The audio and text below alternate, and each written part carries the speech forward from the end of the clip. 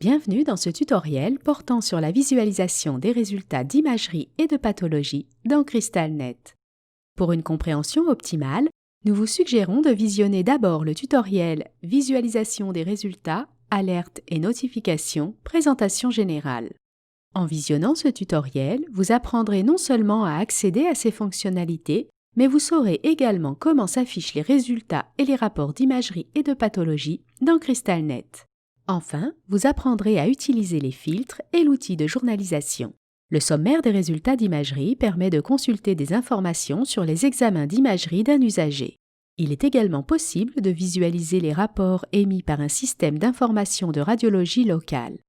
Le sommaire des résultats de pathologie, quant à lui, permet de consulter rapidement les résultats d'examens de pathologie ainsi que les rapports associés. Avant d'aller plus loin, sachez qu'un pilotage est nécessaire pour avoir accès au plateau technique imagerie et pathologie. Pour accéder à la visualisation des résultats de ces plateaux techniques, vous devez, à partir d'une liste d'usagers, sélectionner la ligne du patient désiré et cliquer dans la colonne Imagerie ou Pathologie, identifiée par l'icône correspondante. Le sommaire des résultats d'imagerie ou de pathologie s'affiche alors. Notez que la consultation des résultats et des rapports de ces deux plateaux techniques se fait de la même manière.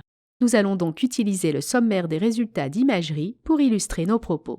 Dans cet écran, vous reconnaîtrez l'en-tête de l'usager, le fil d'Ariane, ainsi que les onglets des différents plateaux techniques. Vous pouvez également voir les différents filtres possibles, ainsi que le tableau sommaire des résultats.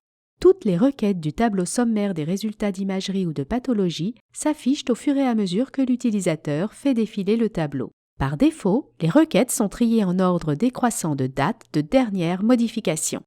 Attardons-nous maintenant aux filtres et aux différentes options de recherche. Il est possible de rechercher des examens selon la date de l'examen. Par défaut, les requêtes des 365 derniers jours sont affichées. Le nombre de jours peut cependant être configuré par votre établissement. Grâce à la barre de recherche, vous pouvez effectuer une recherche par nom d'examen, de catégorie, de groupe d'examen, par site requérant ou encore par nom de prescripteur. Le bouton « Rechercher » permet de lancer la recherche, alors que l'icône suivante permet de réinitialiser les filtres. Dans le sommaire des résultats d'imagerie, le bouton « Voir toutes les images PACS » permet d'afficher toutes les images PACS de l'usager pour un site donné.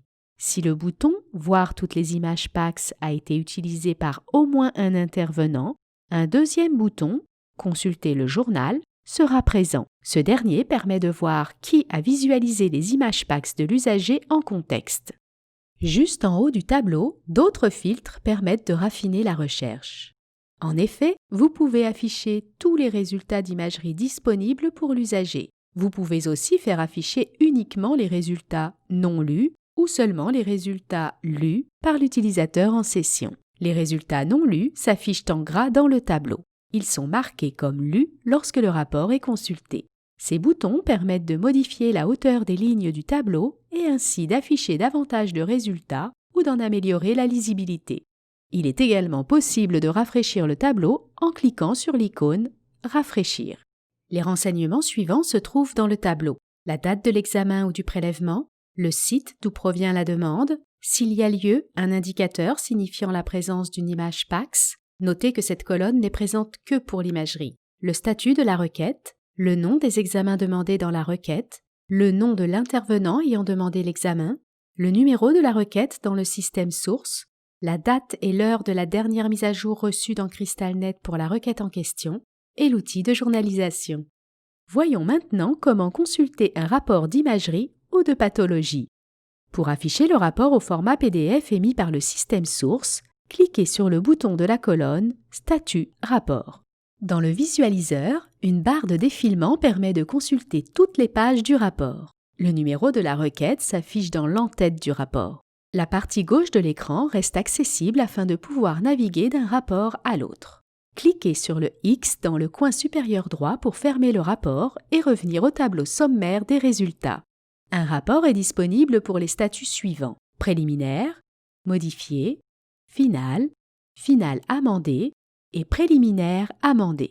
Les examens dont le statut est examen complété, planifié, en cours ou dicté ainsi que à prélever pour les examens de pathologie, ne présentent pas de bouton car aucun rapport n'est disponible. Il est possible d'effectuer un tri dans les colonnes du tableau des requêtes en cliquant sur l'entête de la colonne désirée. Sachez que pour chaque requête, CrystalNet conserve un historique des consultations effectuées par les utilisateurs. Cet historique se nomme le journal de la requête. Seules les requêtes consultées par d'autres utilisateurs ou par l'utilisateur en session présenteront cette icône indiquant qu'une ou plusieurs consultations ont été effectuées dans l'onglet Imagerie ou Pathologie. Si cette icône s'affiche dans la colonne, cela signifie que l'intervenant responsable a confirmé la lecture du résultat. Si l'icône suivante s'affiche, c'est qu'une version antérieure du résultat a été lue, mais qu'il existe une version plus récente du résultat dont la lecture n'a pas été confirmée. Pour ouvrir la fenêtre Journal de la requête, cliquez sur l'icône suivante. Dans cette fenêtre, vous verrez le numéro de la requête lié au journal de consultation, s'il y a lieu les informations de l'intervenant ayant confirmé la lecture du résultat, ainsi que les intervenants ayant consulté la requête en question. Notez que si un bandeau jaune s'affiche dans le journal, c'est qu'il existe une version plus récente du résultat dont la lecture n'a pas encore été confirmée. Le chevron à gauche du nom de l'intervenant permet de visualiser toutes les consultations effectuées par ce dernier. Enfin, la présence d'un crochet vert indique que la version consultée est la plus récente. Si une modification est apportée au rapport après que l'intervenant l'a consulté, le crochet vert disparaît. Ceci termine le tutoriel sur la visualisation des résultats d'imagerie et de pathologie. N'hésitez pas à consulter notre base de connaissances pour en savoir davantage sur les diverses fonctionnalités de CrystalNet. Nous vous invitons également à visionner nos autres tutoriels disponibles à la fois sur notre chaîne YouTube, sur notre site web et sur notre base de connaissances.